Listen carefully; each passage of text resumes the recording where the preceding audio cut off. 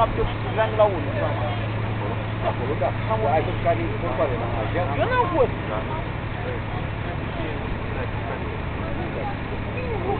Sau și faci oraș la la ce?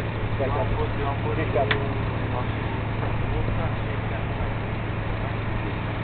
Gabul pe aer, acum, gabul și...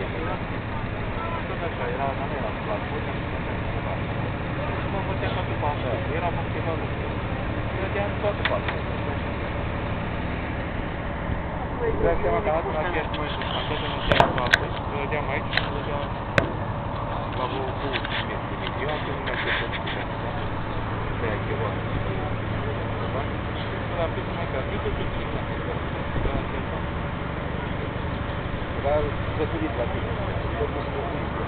După cum uite mâncare. Mă aruncă aici o punică așa? Da. Ai înțeles? Lilian?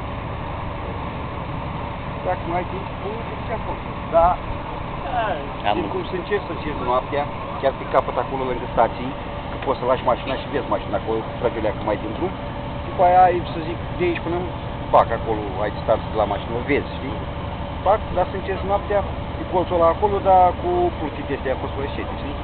Să tăcănești noaptea, că nu prea umblă pazi în cursul săptămânii. Sâmbătă și duminica, vigilenți, că știi că sunt puțin multă lume. Da. Păi, acolo, ești, am băgat o sfântă, am trecut. Am băgat o sfântă, am luat puțin sfântă, așa, șaulău, găsănelii, nu câțiva carați, dar carați cu mari.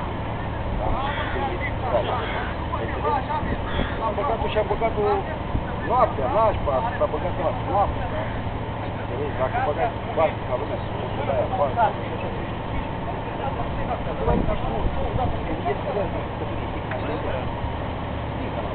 Nu mai dă voie la nimeni.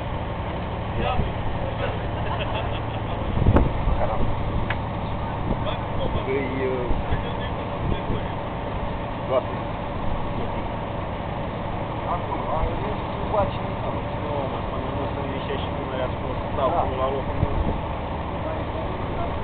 Da.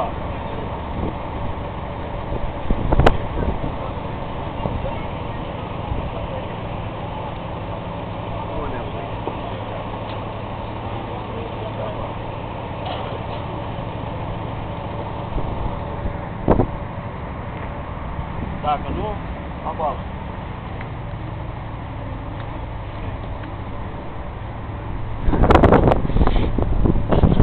Eu? Da.